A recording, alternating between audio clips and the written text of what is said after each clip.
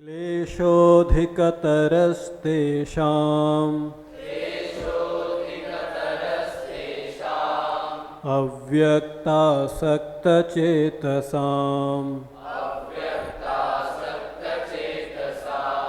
अव्यक्ता हि गतिर्दुःखम् देहवद्भिरवाप्यते।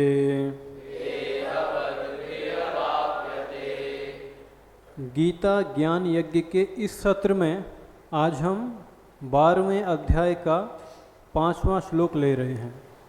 अभी तक 12वें अध्याय के श्लोक संख्या 1 से 4 तक हम देख चुके हैं। इस श्लोक में प्रवेश करने से पहले अब तक हमने क्या देखा, अर्जुन का क्या प्रश्न था और भगवान ने उस प्रश्न का उत्तर अर्जुन को किस तरह से दिया है। तो 12वें अध्याय के पहले श्लोक में अर्जुन ने भगवान से पूछा था कि जो साकार उपासक हैं वे श्रेष्ठ हैं या जो निराकार उपासक हैं वे श्रेष्ठ हैं। साकार उपासकों और निराकार उपासकों के मध्य कौन से उपासक श्रेष्ठ हैं, पहले श्लोक के द्वारा अर्जुन ने भगवान के सामने यह प्रश्न रखा था और भगवान ने उत्तर दिया था कि जो लोग साकार रूप में मेरी उपासना करते हैं मेरी दृष्टि में वे श्रेष्ठ हैं। अर्जुन का प्रश्न था तेषाम योग वित्तमाह के, अर्थात जो साकार उपासक हैं और जो निराकार उपासक हैं, इन दो तरह के उपासकों में कौन से उपासक श्रेष्ठ हैं या कौन उत्तम योगी हैं। और भगवान ने अपने उत्तर में कहा जो लोग साकार रूप से मेरी उपासना करते हैं मे मताह ते युक्त तमाह, अर्थात मेरी दृष्टि में मेरे मत से मेरे विचार से वे उपासक श्रेष्ठ हैं जो मेरी साकार रूप में उपासना करते हैं।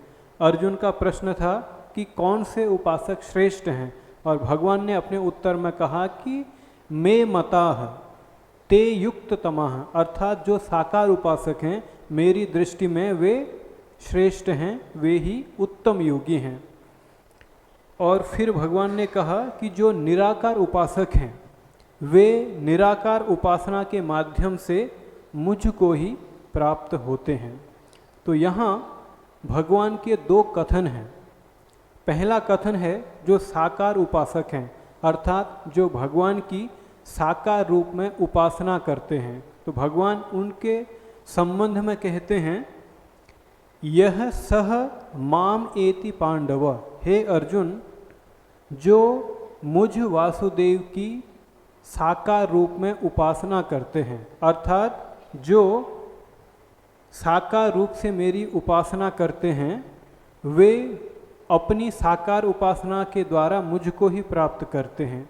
और फिर भगवान ने निराकार उपासकों के बारे में कहा ते प्राप्नुवन्ति मामेव, अर्थात जो निराकार उपासक हैं वे भी निराकार उपासना के द्वारा मुझको ही प्राप्त होते हैं। अर्थात पहली है साकार उपासना और दूसरी है निराकार उपासना।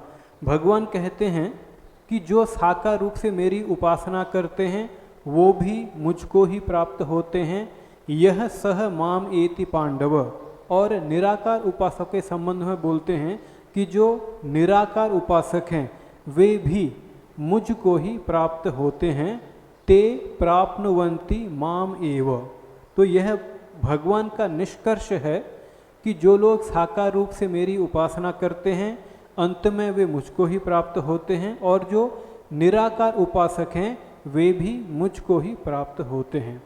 तो यहाँ एक बात समझने की है कि ये जो उपासनाएं हैं ये उपासनाएं एक एक मार्ग हैं और इन मार्गों के द्वारा हम एक ही स्थान पर पहुँचते हैं।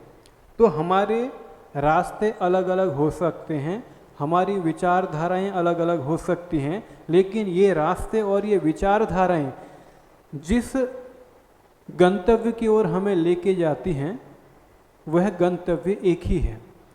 तो हम स्पष्ट रूप से कह सकते हैं कि विचारधाराएं अलग हो सकती हैं, मार्ग अलग हो सकते हैं, लेकिन गंतव्य सबका एक ही है। ये सारी विचारधाराएं और सारे मत हमें ईश्वर की ओर ही लेकर जाते हैं। श्री रामकृष्ण बड़ी ही सरल भाषा में समझाते थे कि जितने मत हैं उतने ही पथ हैं। पथ का अर्थ मार्ग, मत का अर्थ विचारधाराएं। तो ये जितने मत हैं और जितने भी पथ हैं ये सभी हमें ईश्वर की ओर ही लेकर जाते हैं। यही बात हम भगवान की वाणी में यहाँ पाते हैं। वे कहते हैं साकार उपासकों के बारे में, यह सह माम एति पांडव, अर्थात जो साकार रूप से मेरी उपासना करते हैं वे भी मुझको ही प्राप्त होते हैं। और निर्गुण उपासकों के बारे में कहते हैं कि ते प्राप्नुवन्ति माम एव, वे लोग भी मुझको ही प्राप्त करते हैं। भगवान श्री कृष्ण यहाँ हिंदू धर्म की दो विचारधाराओं की बात करते हैं और कहते हैं कि ये जो दोनों विचारधाराएं हैं, ये जो दो मार्ग हैं अर्थात भक्ति मार्ग और ज्ञान मार्ग, ये दोनों ही हमें ईश्वर की ओर लेकर जाते हैं। तो रास्ते अलग अलग हो सकते हैं लेकिन मंजिल सबकी एक ही है। और वह मंजिल क्या है, वह गंतव्य क्या है, वह है ईश्वर प्राप्ति, भगवत प्राप्ति, ईश्वर लाभ, आत्मोपलब्धि। तो मंजिल सबकी एक ही है, रास्ते अलग अलग हो सकते हैं। तो यही है निष्कर्ष। अब हम 5वें श्लोक को समझने का प्रयास करेंगे। 5वां श्लोक आप पहली पंक्ति देखेंगे, एक ही शब्द है और बहुत बड़ा शब्द है। तो इसी को हम पदच्छेद के माध्यम से सहज रूप से समझने का प्रयास करेंगे। क्लेशोऽधिकतरस्तेषाम् अव्यक्तासक्तचेतसाम् अव्यक्ता हि गतिर्दुःखम् देहवद्भिरवाप्यते। अब पहली पंक्ति देखिए मूल श्लोक की। मूल श्लोक की पहली पंक्ति एक ही शब्द है। अब उसी एक शब्द को पदच्छेद के माध्यम से अलग अलग करके देखेंगे तो कितने शब्द सामने आते हैं। इस पंक्ति में देखिए, क्लेशः अधिकतरः तेषाम् अव्यक्त आसक्त चेतसाम। तो कितने शब्द हैं, तो 6 शब्द मिलके एक शब्द बना है। वह शब्द क्या है, क्लेशोऽधिकतरस्तेषाम् अव्यक्तासक्त चेतसाम। बहुत ही कठिन लगता है लेकिन सहज भाव से जब देखते हैं, उसी शब्द को पदच्छेद के माध्यम से देखते हैं तो पढ़ने में भी आसानी होती है और उसके अर्थ को समझने में भी आसानी होती है। तो इसलिए जब हम आवृत्ति करेंगे तब इस मूल श्लोक को देखेंगे और जब अर्थ करेंगे तब हम पदच्छेद रूप को देखेंगे। तो एक बार पुनः, क्लेशः अधिकतरः तेषाम् अव्यक्त आसक्त चेतसाम। इसके बाद अव्यक्ता ही गति ही दुखम, यहाँ है गतिर दुखम। इसे जब अलग करके देखते हैं पदच्छेद के माध्यम से, गति ही दुखम, ये दो शब्द जब आपस में मिलते हैं तो गतिर दुखम बन जाता है। देहवद्भिरवाप्यते, तो इसमें भी दो शब्द हैं, देहवद्भिः अवाप्यते। दोनों शब्द मिलने से क्या बना, देहवद्भिरवाप्यते। तो इस श्लोक का जो मूल भाव है वह भाव यही है कि जो निराकार उपासना है, निराकार उपासकों को साधना काल में अर्थात जब वे साधना में अग्रसर होते हैं तो इस साधना काल के दौरान उन्हें बहुत सी कठिनाइयों से होकर गुजरना पड़ता है, बहुत परिश्रम करना पड़ता है, तब वे उस अव्यक्त अर्थात अक्षर ब्रह्म को अनुभव कर पाते हैं। तो यही बात भगवान अर्जुन को यहाँ समझाते हैं कि जो निराकार उपासना है वह बहुत कठिन है व्यवहार रूप में। तेषाम अव्यक्त आसक्त चेतसाम क्लेशः अधिकतर है। अर्थात एक बार फिर देखिए, तेषाम अव्यक्त आसक्त चेतसाम क्लेशः अधिकतर है। अर्थात जिन लोगों का मन, तेषाम जिन लोगों का, चेतसाम जिनका मन अव्यक्त आसक्त, अव्यक्त अर्थात अक्षर ब्रह्म में निमग्न है, अर्थात जिन लोगों का मन अव्यक्त ब्रह्म में एकाग्र है, उन्हें बहुत ही अधिक परिश्रम करना पड़ता है, बहुत अधिक कठिनाइयों से होकर गुजरना पड़ता है साधना में, अर्थात साधना काल के दौरान उन्हें बहुत कठिनाइयों से होकर गुजरना पड़ता है। अर्थात यह जो निराकार उपासना है, यह निराकार उपासना बहुत ही कठिन है। इस उपासना में बहुत अधिक परिश्रम लगता है। भगवान अर्जुन को स्पष्ट रूप से कहते हैं कि क्लेश है अधिकतर है, अर्थात अव्यक्त उपासकों के बारे में कह रहे हैं कि जो अव्यक्त उपासक हैं, उनके जीवन में जब वे अव्यक्त उपासना करते हैं तो उन्हें बहुत कठिनाइयों का सामना करना पड़ता है। क्यों उन्हें कठिनाइयों का सामना करना पड़ता है, फिर अगली पंक्ति में वे कारण बताते हैं।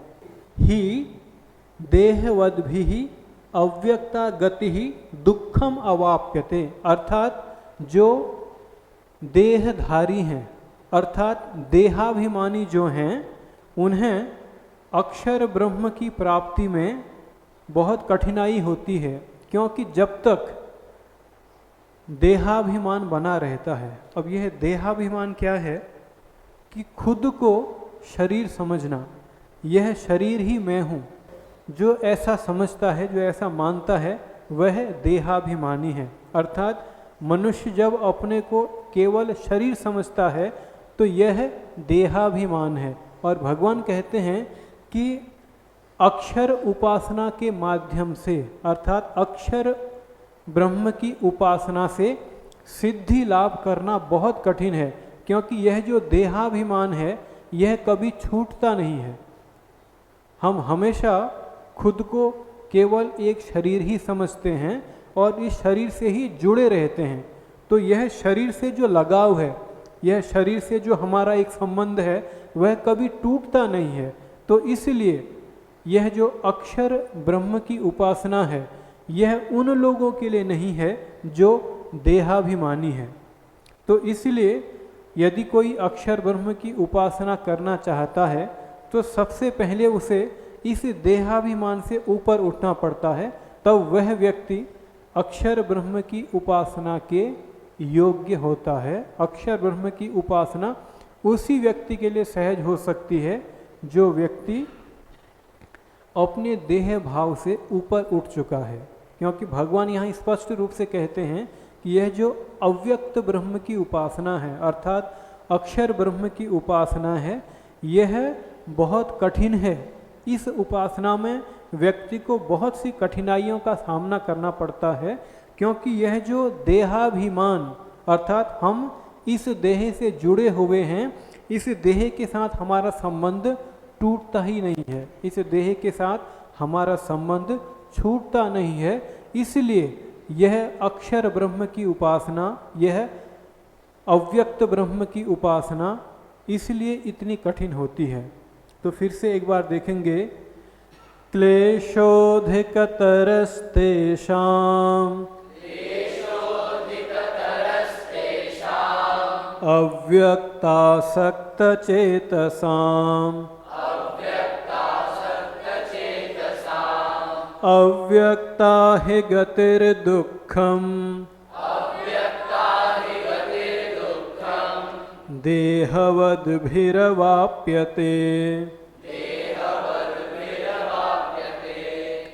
जब अर्जुन ने भगवान से पूछा था कि साकार उपासकों और निराकार उपासकों में कौन से उपासक श्रेष्ठ हैं, तो भगवान ने उत्तर दिया कि जो सगुण उपासक हैं, मेरी दृष्टि में वे उत्तम योगी हैं।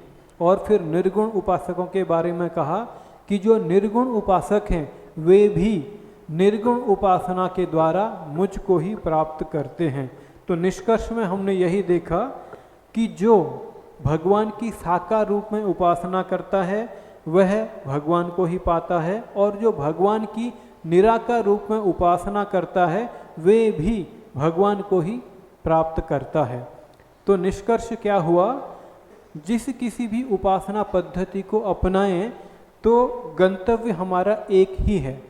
यहाँ तक दोनों बातें एक समान हैं, अर्थात दोनों बातें बराबर हैं, लेकिन जो अंतर है उसी अंतर को इस श्लोक के माध्यम से भगवान अर्जुन के सामने रखते हैं कि यह जो साकार उपासना है, साकार उपासना के दृष्टिकोण से यदि हम विचार करें, यदि तुलना करें, तो यह जो निराकार उपासना है यह बहुत ही कठिन है, सभी के लिए संभव नहीं है। तो सामान्य जो लोग हैं, सामान्य जनों के लिए साकार उपासना एक सहज मार्ग है और यह निर्गुण उपासना सभी के लिए नहीं है, कुछ गिने चुने लोगों के लिए ही है। इस श्लोक के माध्यम से भगवान अर्जुन के सामने इस बात को स्पष्ट रूप से रख देते हैं कि यह जो निराकार उपासना है यह बहुत ही कठिन है। शर्त यही है कि जब तक यह देहाभिमान हमारे साथ बना हुआ है तब तक यह उपासना बहुत ही कष्टकर है, इस उपासना में बहुत ही परिश्रम है। तो मूल भाव इस श्लोक का यही है कि यह निराकार उपासना बहुत ही कठिन है।